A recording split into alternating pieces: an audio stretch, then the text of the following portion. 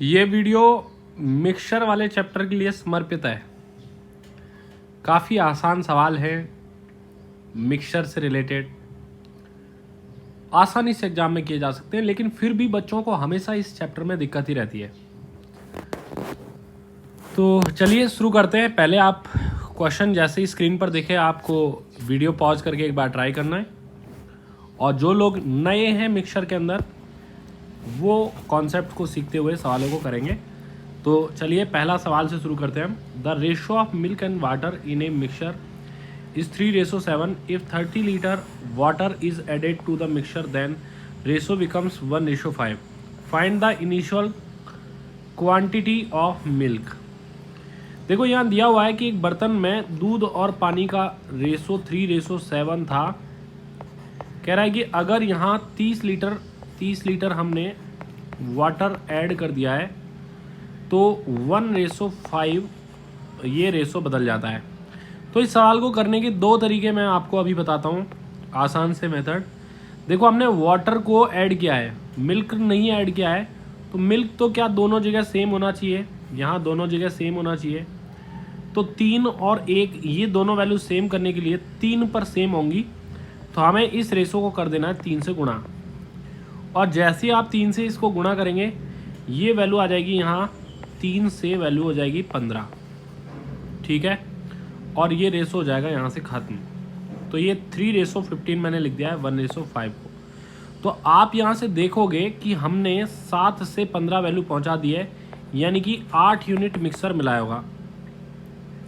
और जब 8 लीटर आपने मिलाया होगा तो हम कहेंगे कि 8 की वैल्यू अगर 30 है तो दूध पहले 3 की वैल्यू आपसे पूछ रहा है। 8 की वैल्यू 30 देकर इसने क्वेश्चन में 3 की वैल्यू पूछी है, तो आप इसको पॉइंट में निकाल पाओगे 90/8, या इसे सॉल्व करने पर 45/4 आ रहा है, जिसको हम 11.25 लीटर कह सकते हैं। यही दूध की असली मात्रा रही होगी। कैसा लगा आपको ये सवाल? उम्मीद करता हूँ कि ये जम गया होगा आपके। आगे देखते हैं अगला सवाल। ये आपकी स्क्रीन पर अगला सवाल है। The ratio of water and milk in a mixture of 54 litre is 4:5। If 6 litre water and 12 litre milk is added to the mixture then find the ratio of milk and water. देखो पहले मैं पिछले question को एक और method से करवाता हूँ, जहाँ हम क्रॉस प्रोडक्ट मेथड का इस्तेमाल करेंगे। तो कैसे होगा क्रॉस प्रोडक्ट मेथड से ये क्वेश्चन? मिल्क और वाटर का इनिशियल जो रेशो था वो 3:7 था, और बाद में ये बदल कर 1:5 हो जाता है। कब? जब हमने इस रेशो में कुछ वैल्यूज़ ऐड की हों। जैसे यहाँ 30 लीटर ऐड किया है हमने वाटर, और पानी हमने मिल्क हमने ऐड नहीं किया है, तो इसे हम 0 लीटर लिख देंगे। अब जैसे ही मैं क्रॉस प्रोडक्ट लगाऊंगा, यानी कि क्रॉस में मल्टीप्लाई करके बड़ी वैल्यू में से छोटी वैल्यू माइनस करूंगा, तो 15 में से 7 माइनस करने पर 8 यूनिट वैल्यू आएगी। और 8 यूनिट की वैल्यू यहाँ एक और बार क्रॉस प्रोडक्ट लगाएंगे, तो 30 × 1 में से 5 × 0 माइनस करेंगे, तो वैल्यू आएगी 30 के इक्वल। 8 यूनिट 30 के इक्वल है, तो वही 3 की वैल्यू निकालनी है। तो 3 यूनिट हमारे पास में निकल के आएगा, वही 30/8 × 3।